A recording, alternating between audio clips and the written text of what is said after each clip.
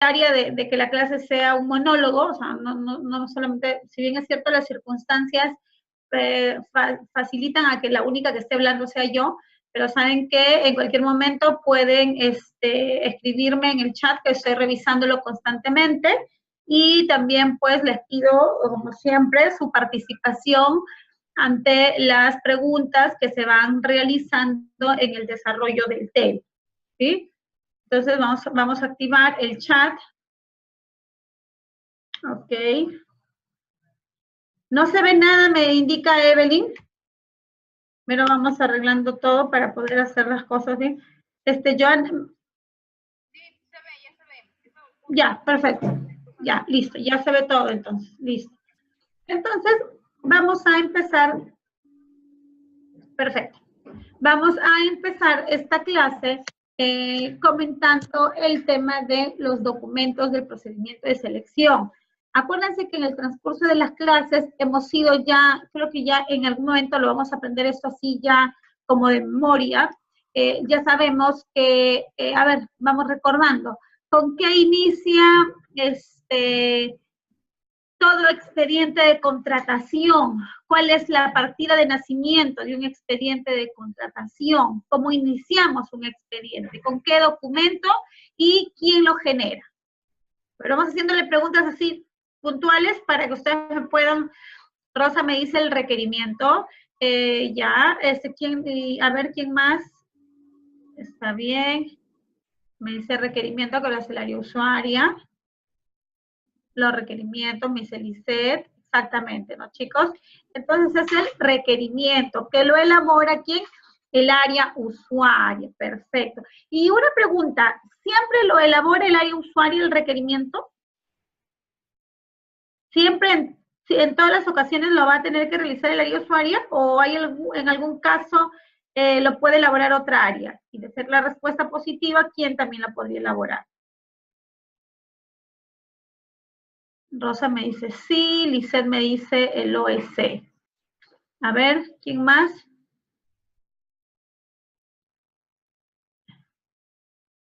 Pablo, Evelyn, ¿correcto? Sí.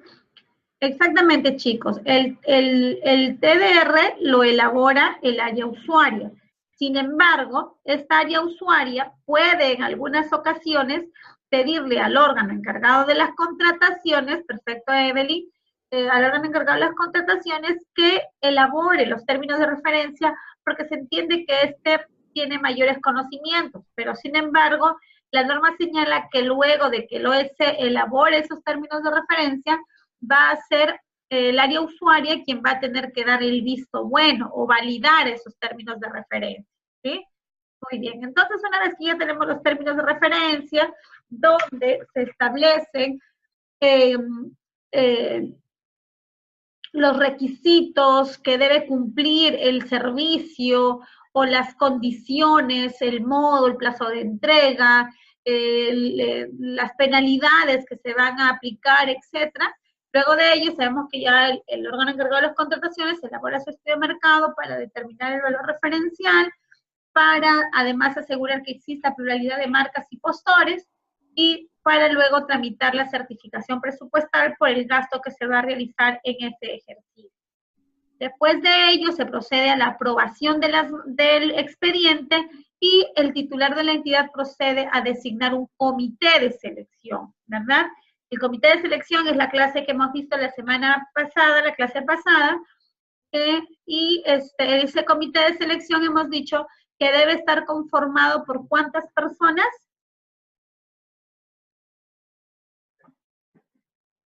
¿Cuántas personas deben conformar el comité y quiénes deben ser? 3 personas. Excelente, chicos. ¿Cuántas personas? 3, ¿verdad? ¿Y cómo es la composición? ¿Cómo debe estar compuesto este comité? ¿Quiénes deben ser estas 3 personas?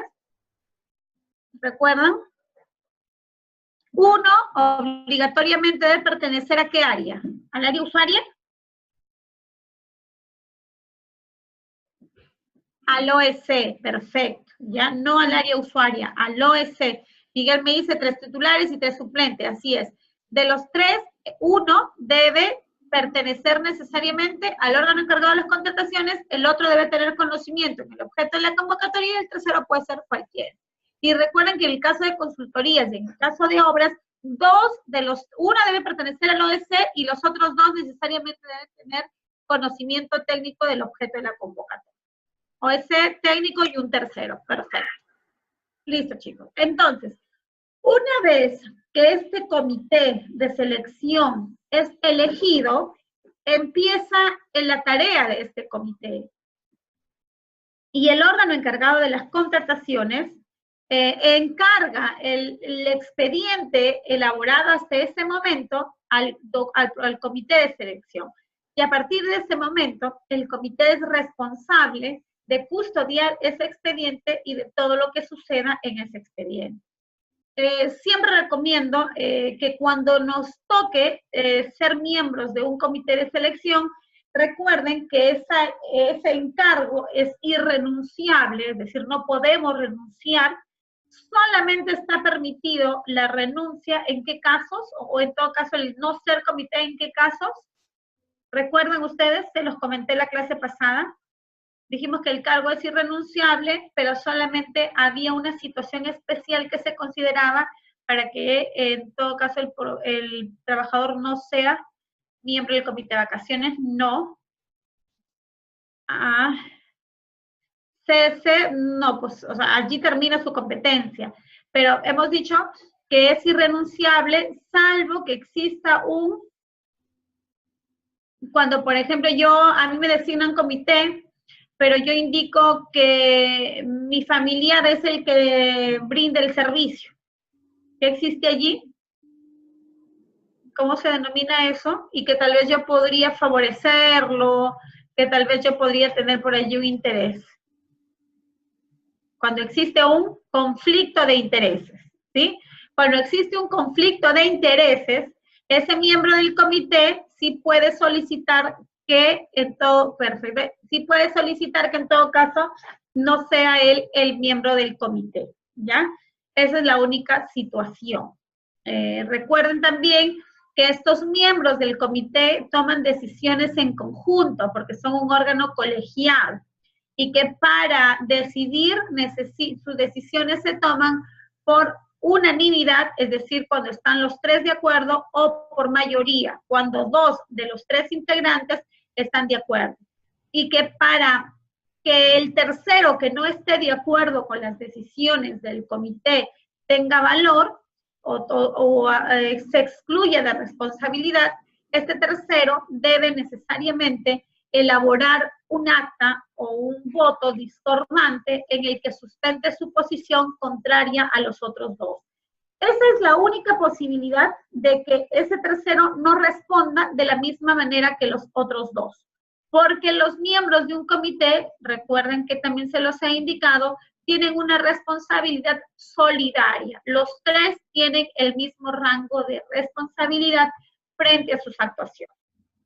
Entonces, una vez recepcionado, les comentaba el expediente, les comentaba que siempre recomiendo que cuando hacemos comité, recibamos ese expediente de contratación, pero apliquémosle un checklist para poder validar que esté toda la documentación, para poder validar que estoy recibiendo un expediente completo, para validar que existe un término de referencia, para validar que se ha realizado un estudio de mercado, para validar que se encuentra la certificación presupuestal, para validar, por ejemplo, que en el término de referencia no se haga mención a marcas, para validar también que el expediente de contratación esté debidamente aprobado por el titular de la entidad o por quien éste haya delegado funciones. Y además para validar la cantidad de documentación que existe. Siempre recomiendo yo que la primera actuación, y así lo establece la norma, a través de sus formatos que han publicado el OCE, lo primero que hace es instalarse, ¿sí? Se instala el comité. Se reúnen los tres miembros y dicen, bueno, el día de hoy nos reunimos los tres miembros, Pedro, Pablo y María, para recibir el expediente de contratación que tiene un total de 50 folios, ¿sí? Para contratar el proceso de suministro de equipos de cómputo para la entidad. ¿Perfecto? Por un valor referencial de tanto.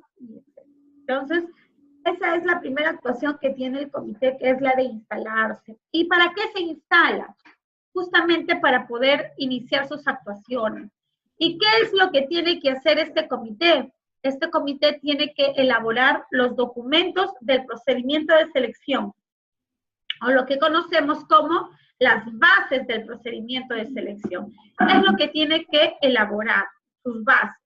Ya les he mencionado también que las bases son los documentos que se aprueban a través de una directiva de manera estándar para todas las entidades públicas, de tal forma que luego de haberse determinado qué tipo de procedimiento de selección es el que corresponde, el comité de selección deberá ingresar a la plataforma del OCE y escoger las bases estandarizadas sobre las cuales tendrá que trabajar sus bases para el proceso de selección. Vamos a ver el día de hoy, vamos a ingresar a ver unas bases estandarizadas para poder visualizar, ¿ya? Entonces, aquí en esta diapositiva vamos a poder visualizar, recuerden que nosotros la semana pasada hicimos una práctica de los tipos de procedimiento de selección de acuerdo al objeto y de acuerdo al monto, ¿no es cierto? Es decir, al valor referencial. Miren, en esta diapositiva se está señalando cuáles son los tipos de documentos que se necesitan para el procedimiento de selección. Acuérdense, ¿cuántos tipos de procedimiento de selección hemos indicado que existen? 7, ¿verdad? Acá nos falta uno. Dice licitación pública, concurso público, adjudicación simplificada, subasta inversa electrónica, consultorías individuales, comparación de precios, y podemos también considerar a la modalidad mixta y también el documento referido a las contrataciones por catálogo de acuerdo marco, ¿ya? Entonces, vamos a quedar en lo siguiente. ¿Cuántos tipos de documentos del procedimiento de selección existen? Y vamos a decir que existen 3. Que vienen en contenido o en el concepto, vienen a ser lo mismo, pero reciben diferentes nombres, ¿correcto? En el caso de la licitación pública, en el concurso público, la adjudicación simplificada y la subasta inversa, 4 tipos de procedimientos, lo que se utiliza o lo que se elabora son las bases del procedimiento, ¿correcto? Recuerden, licitación, concurso, adjudicación y subasta, bases. En el caso del procedimiento de selección de consultores individuales, lo que se elabora son las expresiones de interés, ¿correcto? En el caso del procedimiento de comparación de precios, lo que se redacta son las solicitudes de cotización. Y en esta misma línea, entonces, en la licitación, concurso, adjudicación simplificada y subasta inversa, el comité elabora las bases. ¿Y qué es lo que presentan los proveedores o los participantes inscritos en el procedimiento? ¿Qué es lo que presentan? Cuando son bases, lo que presentan se denomina su oferta. Eso es lo que presenta el proveedor. Cuando se trata de expresiones, solicitudes de expresiones de interés, lo que presentan los participantes se le denomina sus expresiones de interés. Y en el caso de la comparación de precios, cuando lo que se solicita o el documento que se elabora son las solicitudes de cotización, lo que presentan los proveedores son justamente las cotizaciones. ¿Ah? Entonces, esas son las denominaciones que tenemos. ¿Alguna pregunta, por favor, al respecto? O si no, para yo igual seguir con mis preguntas. Solamente como repaso de la clase anterior también. ¿Cuándo es que nosotros convocamos una licitación pública? ¿Para qué tipo de objetos? A ver, dígame, ¿la licitación pública en qué tipo de objetos?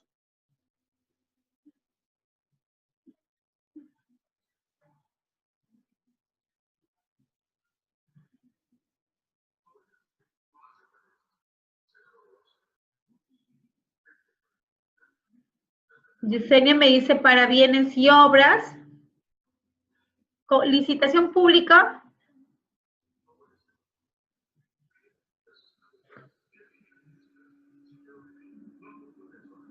A ver, chicos.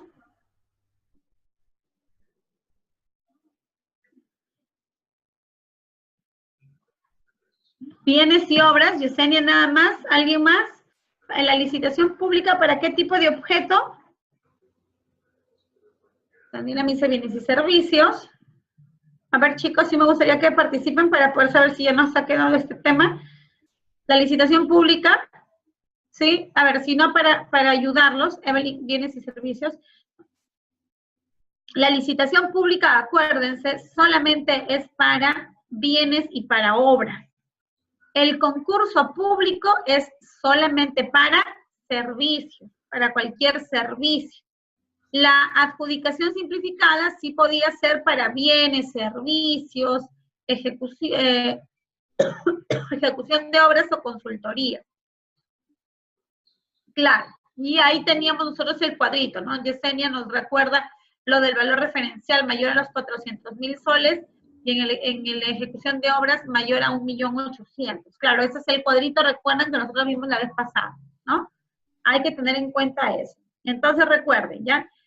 Licitación, concurso, adjudicación y subasta, lo que el comité elabora se denominan bases.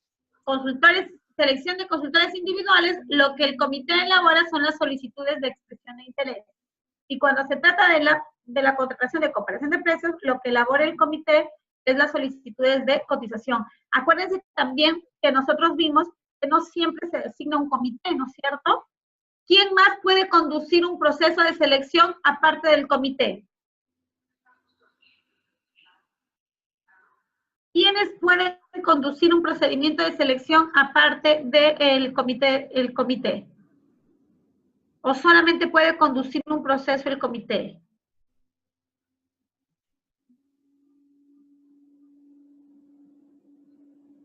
El OEC, correcto, ¿verdad? El órgano encargado. ¿En qué situaciones? Por ejemplo, en la subasta inversa, en las adjudicaciones simplificadas, pero solamente para bienes y servicios, y en la comparación de precios, ¿correcto? Y también en las contrataciones directas. En esas situaciones puede el órgano encargado de las contrataciones también conducir un procedimiento de selección. Perfecto, chicos.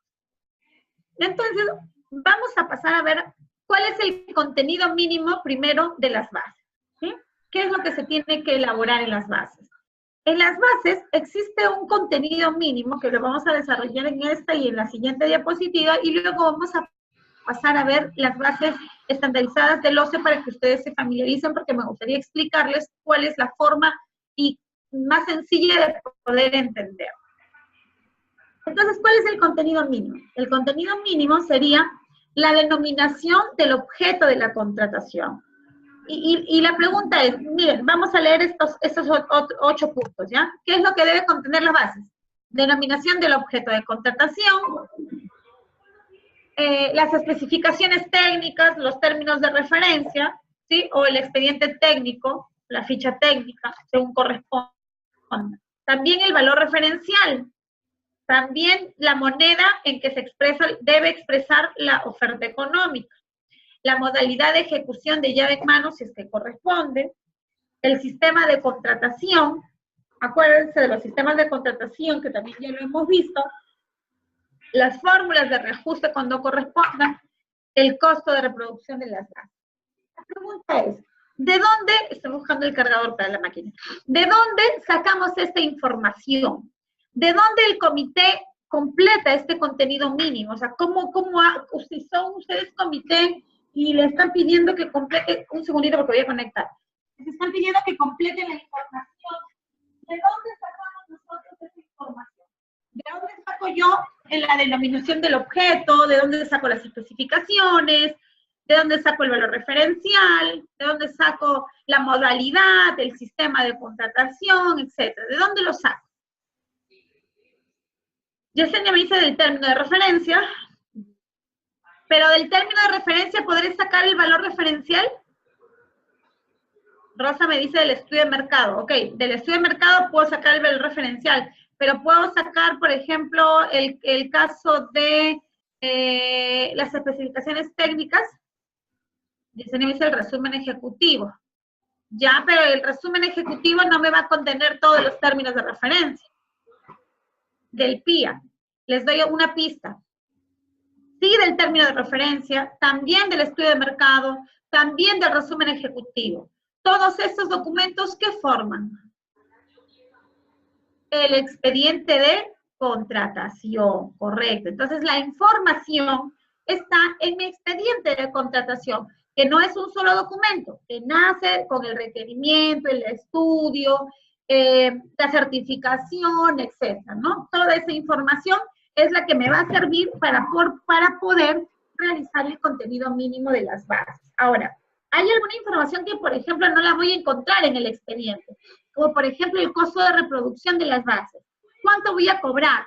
Y eso normalmente no lo consignan, aunque hay entidades que lo consignan en el estudio de mercado, y desde ya en el estudio de mercado dicen, ¿sabes qué? El costo de reproducción de bases debe ser tanto.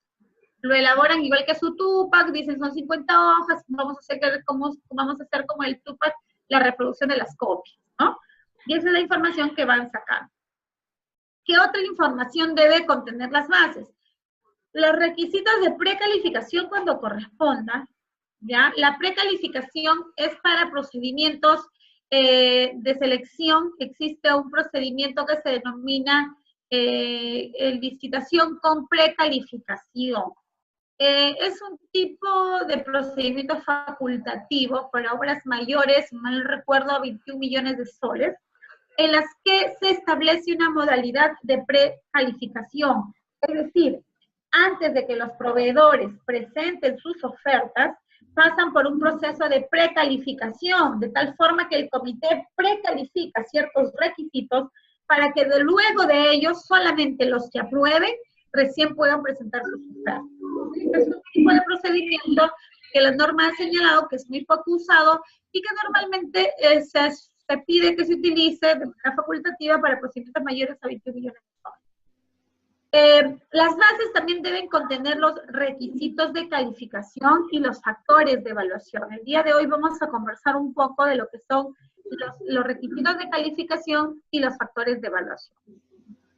Y para ello es importante mencionar lo siguiente. El comité tiene un objetivo, ¿verdad? Tiene un trabajo por realizar y ese trabajo tiene un objetivo, tiene una finalidad. ¿Cuál es el objetivo? ¿Cuál es la finalidad del comité de selección? ¿Qué es lo que tiene que hacer el comité, aparte de elaborar las bases? O sea, ¿para qué elabora las bases? Para conducir el proceso, correcto. ¿Para qué conduce el proceso? ¿Cuál es la finalidad de este comité? ¿Para qué es creado?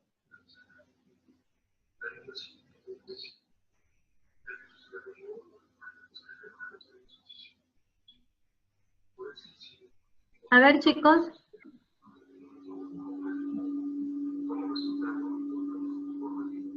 Chicos, ¿me escuchan?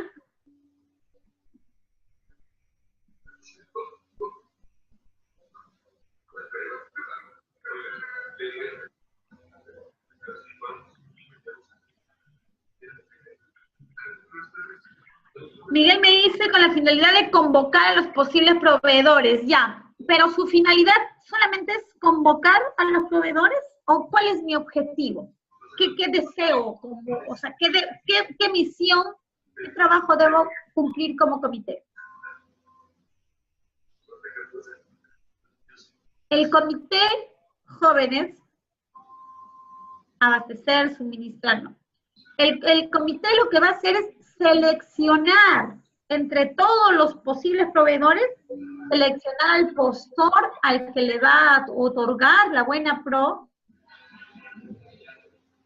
para que la entidad pueda suscribir ese contrato para que el proveedor nos pueda satisfacer del requerimiento de la entidad. Entonces, la finalidad justamente es seleccionar al proveedor, o que obviamente tiene que cumplir con todo lo que nosotros le estamos pidiendo, que tenga la mejor oferta, y le vamos a decir a la entidad, este es el proveedor que yo he elegido por sus capacidades, que ha salido ganador de la buena pro, para que tú como entidad puedas suscribir un contrato. Este proveedor es el que nos va a satisfacer esas necesidades.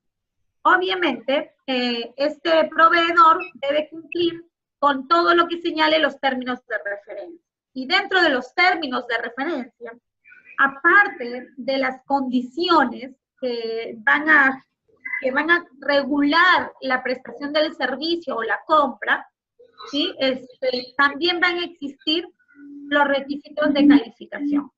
Antes de pasar a los requisitos de calificación, me gustaría recordarles una vez más que siempre considero, siempre digo que para mí el momento o el documento o la etapa más importante de una contratación pública, para mí, es, y antes de decirles cuál es, ¿ustedes cuál creen que sería?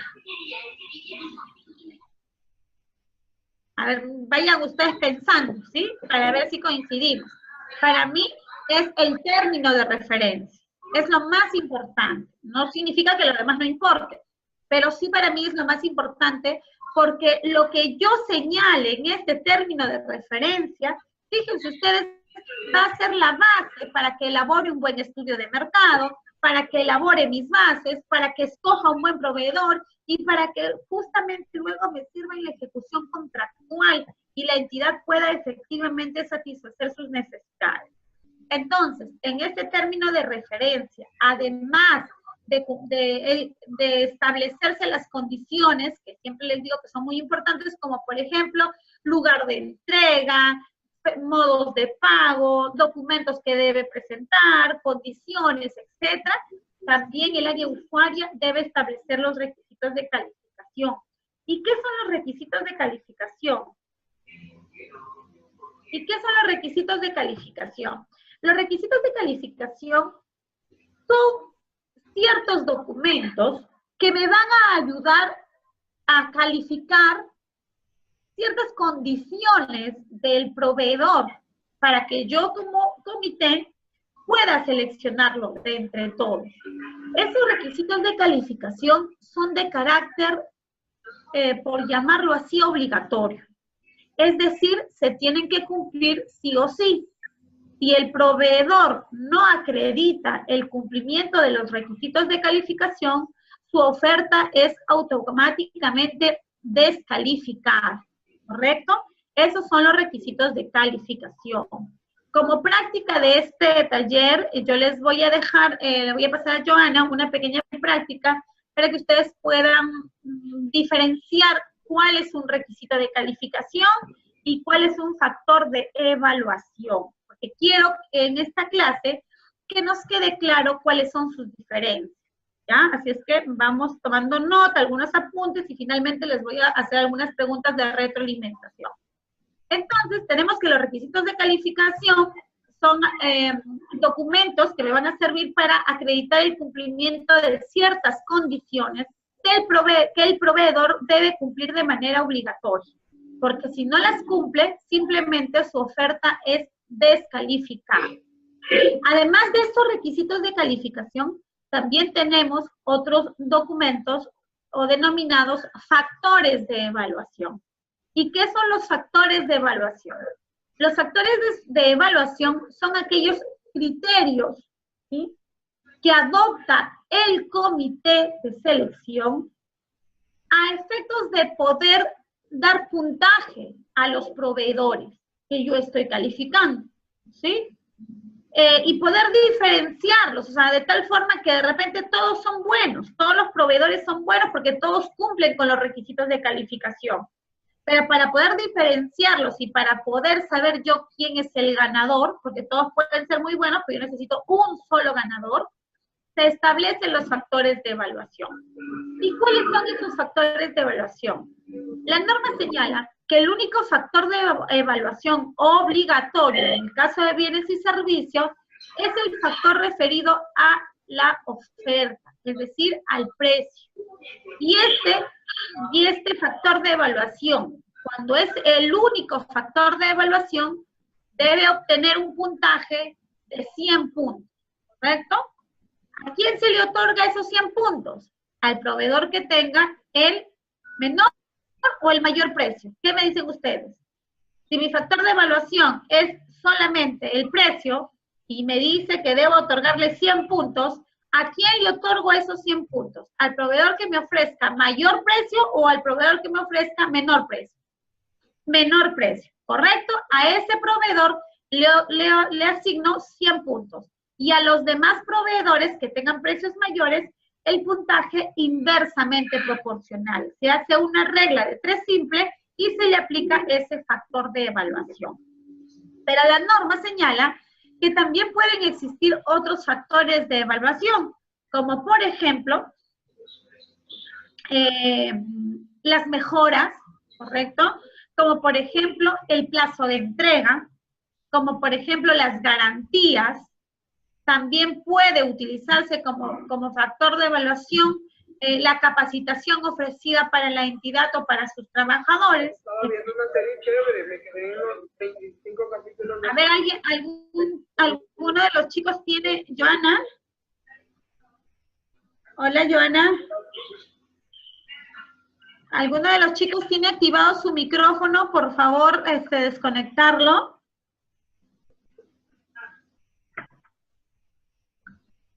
Listo. Entonces, estos factores de evaluación tienen un puntaje.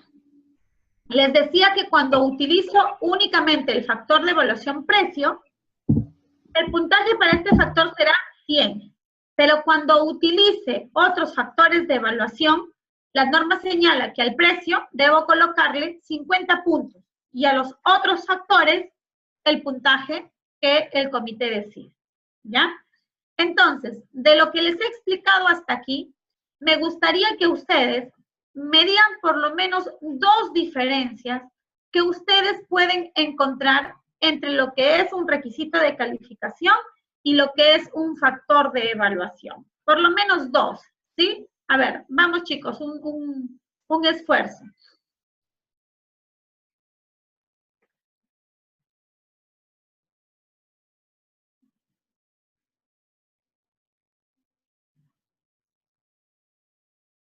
A ver.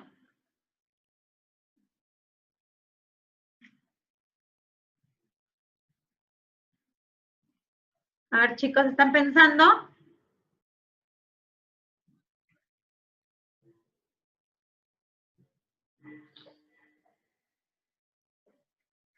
A ver, les ayudo.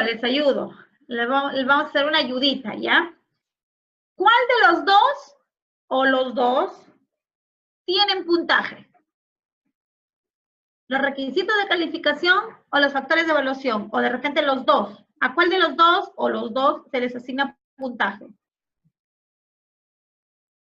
Rosita me dice, requisito lo determinan las bases y el factor lo determina el comité. Rosa, estamos así, como que frío, caliente, caliente. Estamos en término medio. Perfecto en cuanto al factor que lo decide el comité, pero el requisito lo determina, dices, las bases. A ver, ¿quién elabora las bases? Las bases las elabora el comité. Entonces, por allí no está bien. El requisito viene establecido en el término de referencia. ¿Y quién elabora el término de referencia? El área usuario, ¿sí? Entonces, por allí podemos encontrar una primera diferencia, en lo que decía Rosa. El requisito de calificación lo determina el área usuaria al momento de hacer sus términos de referencia. Y el factor de evaluación lo determina el comité al momento de elaborar las bases, ¿correcto? Rosa me dice factores de evaluación, factor de evaluación. Solamente el factor de evaluación tiene puntaje, correcto. Entonces, esa es otra diferencia. El requisito de calificación es de cumplimiento obligatorio y no se asigna un puntaje. Simplemente el proveedor que está participando no cumple con los requisitos de calificación, su oferta es descalificada. En cambio, los factores de evaluación son facultativos y a estos sí se les asigna un puntaje. Entonces, por allí tenemos una segunda diferencia. Los requisitos de calificación no tienen puntaje y los factores de evaluación sí tienen puntaje. ¿Qué pasa? Además, hemos dicho también que cuando no cumple el requisito de calificación, su oferta es descalificada. Y cuando no cumple un factor de evaluación, ¿se lo descalifica? No.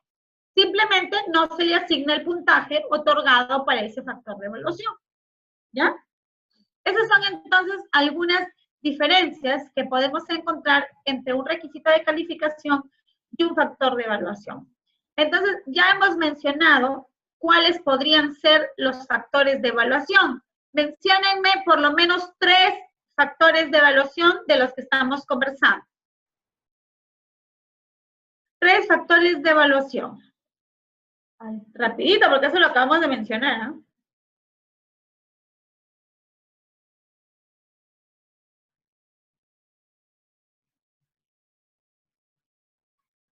Plazo de entrega.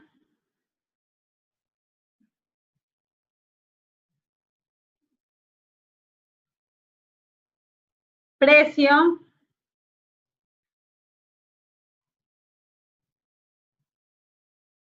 Puntaje, no.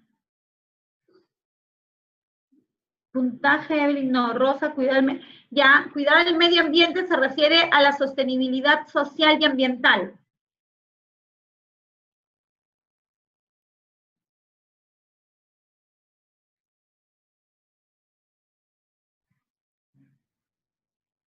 Correcto, ¿no? Plazo de entrega, precio, puntaje, mejoras, capacitaciones. La calidad es en cuestión de ISOs, ¿sí? Muy bien. Listo, chicos. Entonces ya hemos hablado de los factores de evaluación y ahora quiero hablarles un poquito de los requisitos de calificación. Quiero ver acá. Listo. ¿Cuáles son los requisitos de calificación? Los requisitos de calificación, les voy a explicar de una manera muy general. Igual los invito luego para que les voy a mostrar dónde podemos ubicarlos estos requisitos para un mayor estudio por parte de ustedes. Los requisitos de calificación se dividen en 3 grandes rubros. El requisito de calificación referido a la capacidad del proveedor, ¿sí? La capacidad legal, así se denomina, capacidad legal.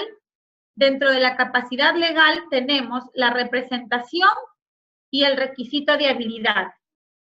Tenemos también la capacidad técnica, ¿sí? Técnica y profesional, referida justamente a las capacidades de su personal o al equipamiento que esta empresa o este contratista pueda tener.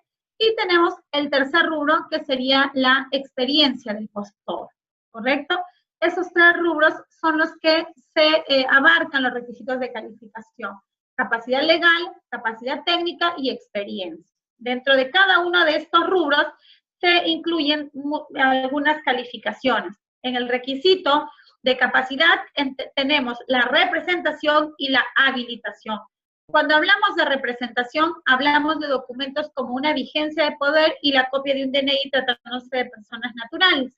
Cuando hablamos del requisito de habilitación, nos referimos al permiso o la autorización que deba tener el proveedor para el ejercicio o para poder prestar el servicio objeto de la convocatoria, ¿sí?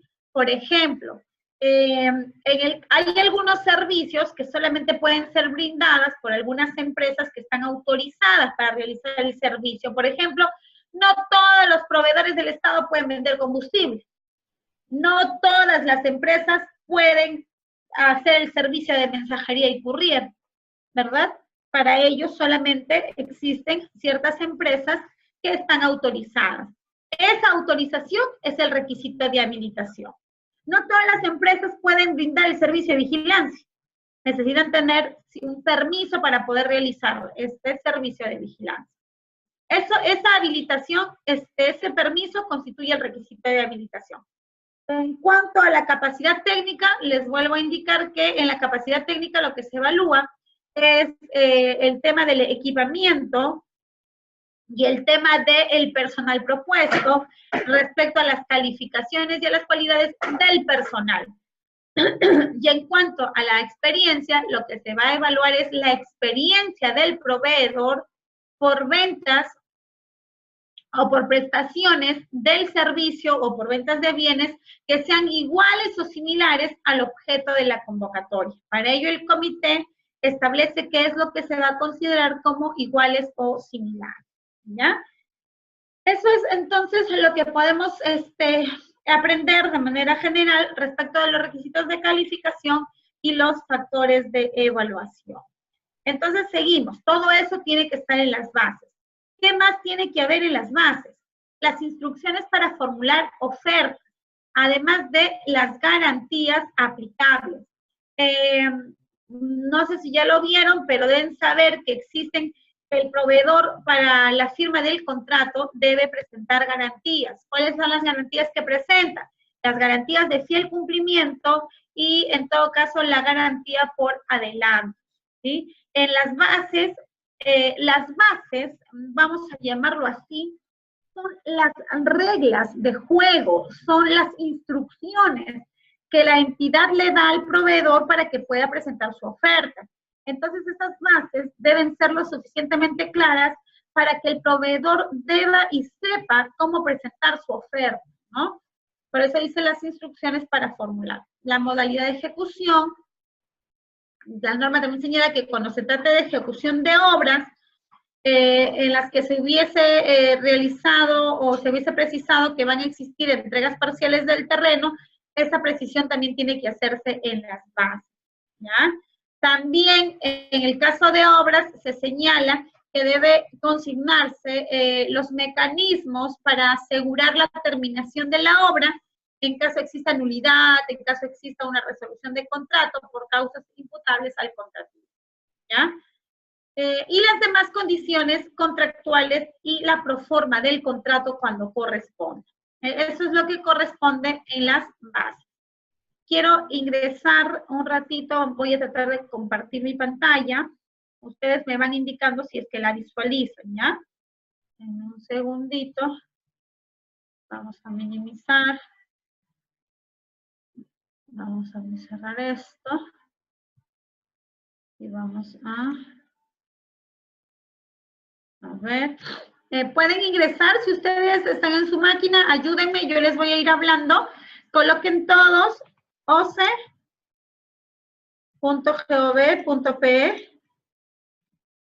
y me van indicando en el chat cómo les va, ¿está bien? www.oce, organismo supervisor de las contrataciones con el Estado, ¿sí? Todos estamos allí en la página del OCE. Confírmenme para poder avanzar. Todos nos encontramos allí.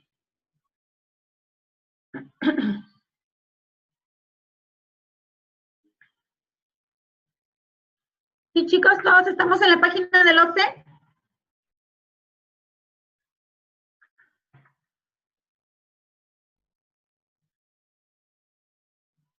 Ya, perfecto.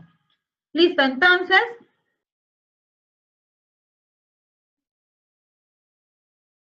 Vamos acá. A la mano izquierda de la pantalla. Visualizamos. Dice legislación y documentos. ¿Sí? Legislación y documentos. Nosotros somos comité y queremos ver unas bases porque las vamos a elaborar. Legislación y documentos. ¿Ya? Y nos vamos a donde dice documentos normativos, directivas y bases estándar. Y vamos a donde dice vigentes, ¿correcto? Le hacemos clic en vigentes. Vamos caminando todos juntos, ya estamos en esta pantalla. Visualizamos toda la pantalla en la que hemos ingresado documentos normativos y hemos elegido directivas vigentes, perfecto. Entonces, fíjense aquí, en esta parte de esta página, encontramos todas las directivas vigentes, las bases estándar para la adjudicación simplificada en forma electrónica, esos son nuevos. Les comento que a partir ya del 27 de agosto de este año, se empezaron a publicar las adjudicaciones simplificadas de manera electrónica. Eso es un avance, porque ¿a qué se refieren cuando dice que son electrónicas? Que ya no se necesita la presentación física de las ofertas, que ya el postor no necesita irse a la entidad a dejar sus sobres, porque simplemente puede colgar sus ofertas a través de la plataforma desde la comodidad de su casa. Entonces, eso es bueno. Anteriormente solamente se podía realizar así las subastas inversas, pero actualmente, a partir ya del 27 de agosto, también puede realizarse bajo esa modalidad las adjudicaciones simplificadas, ¿ya? Y entonces aquí vamos a vamos a ubicar, por ejemplo, vamos a ubicar a estas bases de acá. Bases estándar de licitación pública para la contratación de bienes. Todos lo vemos para poder ingresar a estas bases y trabajar juntos, ¿sí? Los que están en cámara me hacen con su mano así y los que están en el chat me contestan, por favor, ¿sí? ¿Todos? Perfecto, ya, chévere. Entonces así nos vemos, listo. Entonces, va a ser estándar de licitación pública para la contratación de bienes, chicos. Vamos a ingresar allí.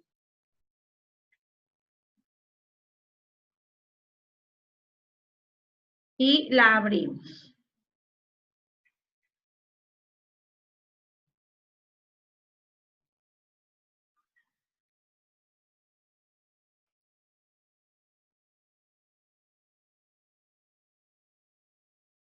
Perfecto. Entonces estamos ingresando.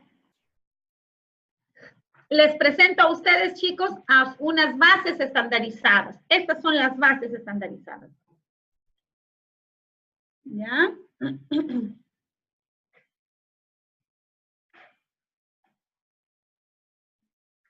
A ver, que cargue.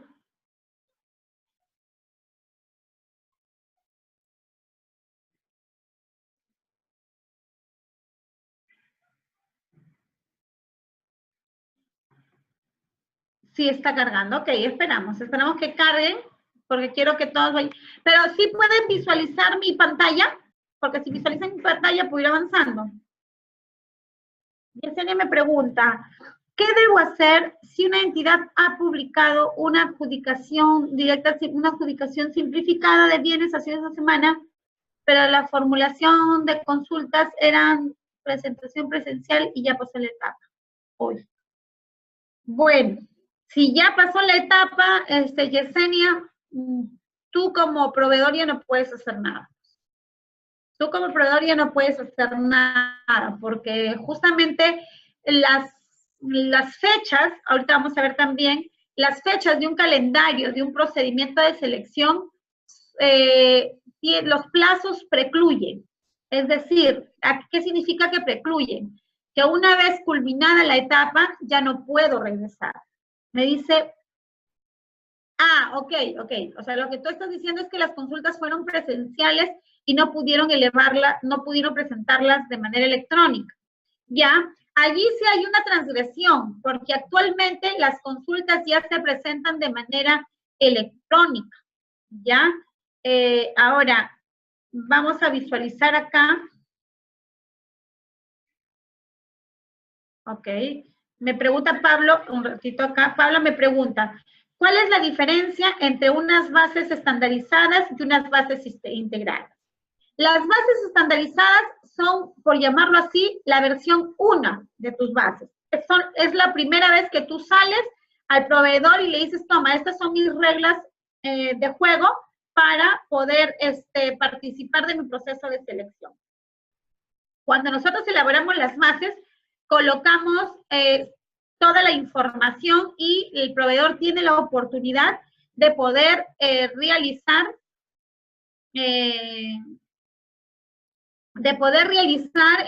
las consultas y las observaciones. Puede ser que tú como proveedor indiques, entidad, te has equivocado, o mira, te solicito que modifiques esto o que cambies aquella situación.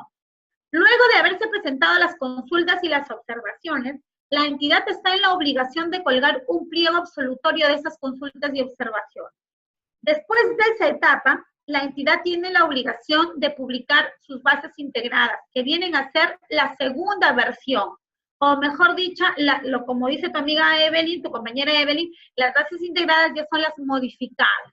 Por eso es la segunda versión que incluye todas las modificaciones que puedes haber realizado producto de las consultas, producto de las observaciones, o producto de alguna supervisión de oficio del mismo OCE, que te diga, estás mal en esto y por lo tanto tienes que modificar tus bases. Solamente esas tres condiciones me pueden hacer a mí como comité modificar mis bases. Aquello que me hayan consultado, aquello que me hayan observado o aquello que me hayan hecho conocer a través de una supervisión. Si no es ninguna de estas tres vías, yo no puedo modificar mis bases. Vamos a imaginar, no me consultaron, no me observaron, pero yo me di cuenta que estaba mal algo en mis bases. ¿Lo podré modificar de oficio? La respuesta es no, porque las bases no pueden ser modificadas de oficio. Allí lo que ocurre es otra situación. Estaríamos frente a una situación de una nulidad, porque existiría un vicio del procedimiento, ¿ya? Porque las bases integradas solamente van a recoger las modificaciones que se han generado producto de la presentación de consultas, observaciones y de las acciones de supervisión que haya realizado el OSI, ¿ya? Entonces, ya, en el caso que tú me indicas, voy a regresar a la consulta que alguien me hizo por acá, que eran acá, Yesenia.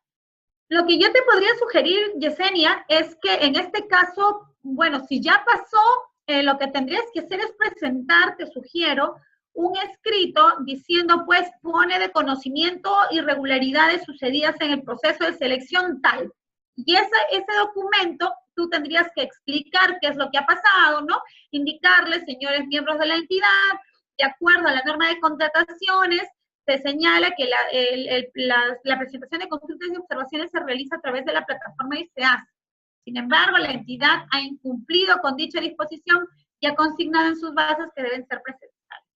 Y a lo que ha afectado la concurrencia de participación de proveedores.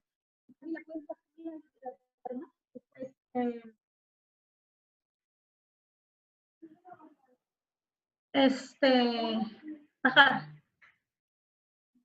Entonces, dice Yesenia, ya, claro, Yesenia, dice, estaba pensando en una solicitud de dictamen. Claro, está bien, porque, pero eso lo presentas ante OCE. Yesenia me dice, estaba pensando presentar una solicitud de dictamen de cuestionamiento, porque es una barrera, porque es una inconsistencia. Eso está bien, pero eso lo presentas ante el OCE. Pero como una acción paralela a ello, yo te sugiero que presentes un documento ante la misma entidad con copia a la oficina de logística, con copia al titular de la entidad y con copia a la oficina de control interno. Con eso tú te aseguras que realmente exista un control. Bueno, pues es lo que humanamente puedes hacer, pues y ahí nada más te quedará esperar, ¿ya? Es lo que yo te sugiero. ¿Qué me dice aquí? Ok, perfecto.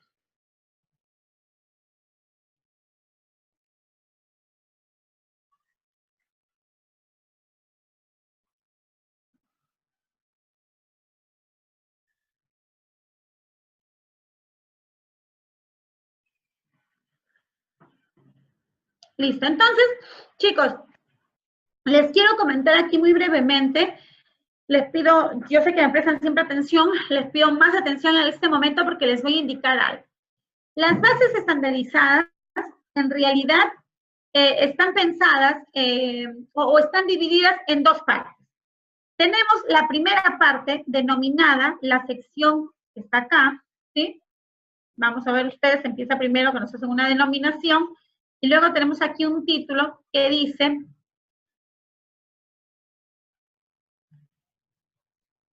bueno, en todas las bases siempre vamos a encontrar como título, como carátula, esta primera parte que es muy importante leer, que es el deber de colaboración, en el que la entidad y todo proveedor se someten a las bases en las que van a trabajar y además deben conducir sus actuaciones conforme a los principios que rigen las contrataciones públicas, ¿ya? Y tiene dos secciones, la sección general y la sección específica. La sección general es lo que me sirve como un instructivo para que los proveedores puedan saber a qué se refiere cada una de las partes de las bases. Y ¿saben qué? No solamente les sirve a los proveedores, también nos puede servir a nosotros como funcionarios, a nosotros como aspirantes a ser funcionarios públicos, porque esta sección general es la que nos va a hacer entender muy bien cómo es, por ejemplo, en este caso tenemos abiertas las bases de la licitación pública, cómo se desarrolla una licitación pública. Yo siempre les recomiendo, antes de que lean la ley respecto de la licitación pública, lean la sección general de sus bases. Y allí ustedes van a entender. Luego de esto, cogen su ley, le dan su leidita y van a poder entenderlo muy bien. Miren, por ejemplo, empezamos con las etapas del procedimiento y empieza a hacer las referencias, ¿no? La convocatoria, y te explica cómo se hace la convocatoria. El registro de participantes, y nos explica cómo debe realizarse el registro de participantes. La formulación de consultas, y también nos explica cómo pueden realizarse el tema de las consultas y observaciones, ¿sí? Mira, por ejemplo, aquí, Yesenia, tú puedes poner, de acuerdo a las bases estandarizadas, en el numeral 1.4 de la sección general, señala que el participante debe registrar las consultas y observaciones en forma electrónica a través del SEAS. Entonces aquí, por ejemplo, nos dan una base, porque eso es lo que nos está permitiendo hacer la denuncia correspondiente, ¿ya? Entonces también, por ejemplo, cómo se debe absolver las consultas, cómo se debe realizar la elevación del OCE al pliego de observaciones, cómo se realiza la integración de bases, la forma de la presentación de las ofertas, ¿sí? Etcétera. Cómo se apertura, primero se hace la evaluación, hasta nosotros como comité nos da una guía. Primero se hace la evaluación de ofertas. ¿Qué hago en la evaluación de ofertas? Le pongo puntaje, pues evalúo los factores de evaluación. Y aquí me dice cómo debo evaluar, ¿no? ¿Cuáles son los factores? Luego debo calificar. ¿Qué hago en la etapa de calificación? Reviso el cumplimiento de requisitos de calificación. ¿Ven? Son dos momentos distintos. Los factores de evaluación los evalúo en la etapa de evaluación. Y los requisitos de calificación los voy a validar en la etapa de calificación. También nos hace mención al tema de la subsanación de ofertas, también al otorgamiento de la buena pro, al consentimiento de la buena pro.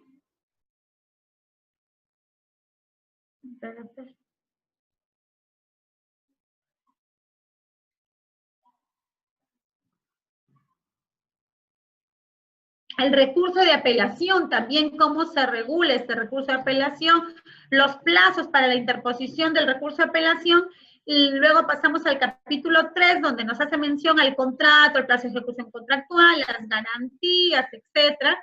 Me explica todo, ¿sí? Y luego me explica el tema de las penalidades, de los incumplimientos, del pago, etcétera.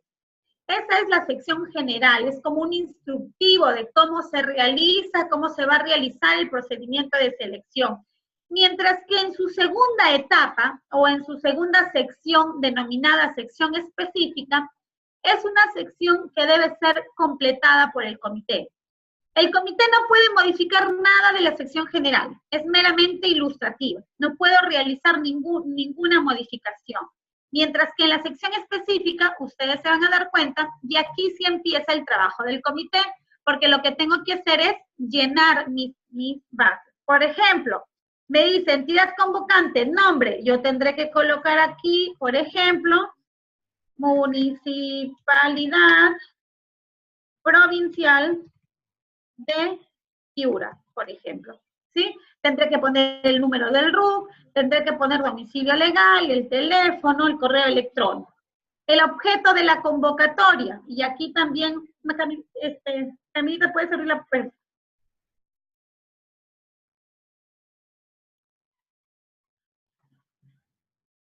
También, por ejemplo, el objeto de la convocatoria, ¿no? Por ejemplo, ¿no? Contratación. Si estamos en licitación pública, ¿qué es lo que puedo convocar con una licitación pública? Le podré poner contratación del servicio de limpieza de ambientes. Díganme ustedes, si estamos viendo unas bases de licitación pública, mi objeto de la convocatoria, estaría bien que yo considere, por ejemplo, la contratación de servicios de limpieza de ambientes. ¿Sí o no? ¿Por qué?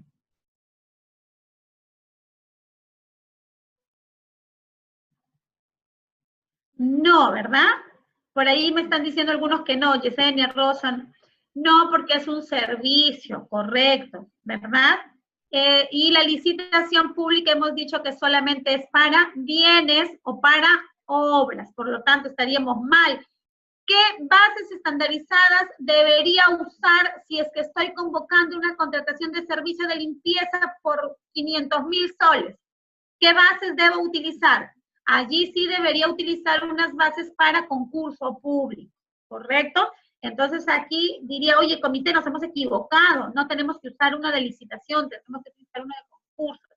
Ah, pero si estamos en la contratación del suministro de víveres, sí, eso es otra cosa, ¿no es cierto? Porque eso sí son bienes, correcto.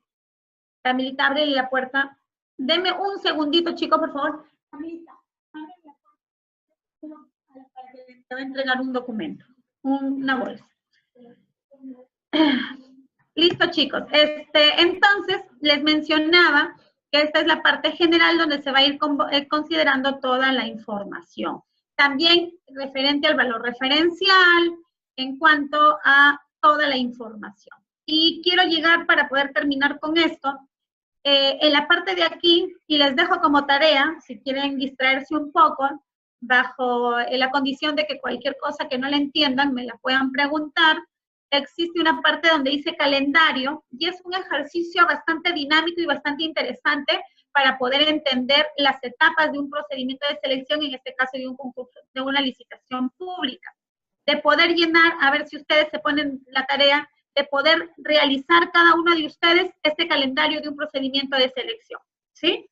Elaboren ustedes un calendario y un procedimiento de selección. Acá está el modelo y lo único que tienen que consignarme son fechas. Y van a consignar como fecha de convocatoria el día de hoy, jueves 22 de noviembre, ¿ya? Entonces les dejo esa tareita.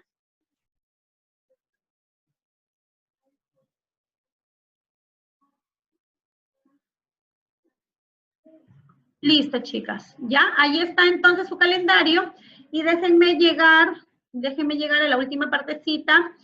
En realidad ese tema de contrataciones es de nunca acabar, ¿no? Podríamos seguir hablando horas y horas. En la parte de acá hay una partecita donde se coloca el término de referencia. Nosotros como comité lo único que hacemos es copiar y pegar.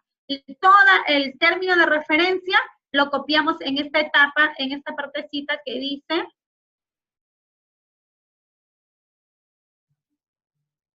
dice acá, esta es la oferta, y finalmente tenemos por aquí una partecita donde hablamos del, ya llegamos,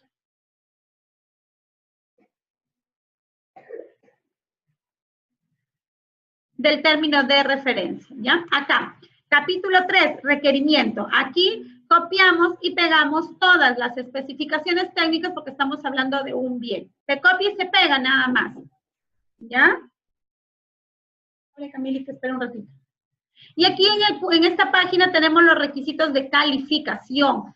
Esos requisitos de calificación está lo que les he mencionado, la capacidad legal, abre Camila, la habilitación, la experiencia del postor y lo que les mencionaba respecto de la capacidad técnica y profesional. Capacidad técnica y profesional, ¿ya? Eso es lo que ustedes pueden visualizarlo. Igual siempre cualquier consulta, saben que estoy para poder ayudar. Bueno, chicos, entonces yo doy por concluida esta clase. Les he explicado lo más importante, por llamarlo así, de parte de las bases que se utilizan en un procedimiento de selección y para que ustedes puedan tener pues una idea de cómo se elaboran estas bases. Acá está lo que las diapositivas pueden encontrar el tema de los factores de evaluación. ¿Sí? Listo, chicos. Entonces, quedamos, por favor, para la presentación del calendario del procedimiento de selección. Pásenle la voz a los chicos que no han asistido al foro para que puedan tener la asignación del calendario, ¿ya?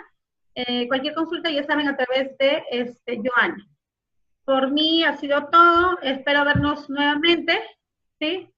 Muchas gracias, como siempre, por la atención y por la participación tan activa que siempre tienen, porque siempre los leo allí y entonces eso me hace saber que ustedes están atentos también a la explicación. Espero entonces haber cubierto las expectativas y poder ubicarnos en alguna otra ocasión.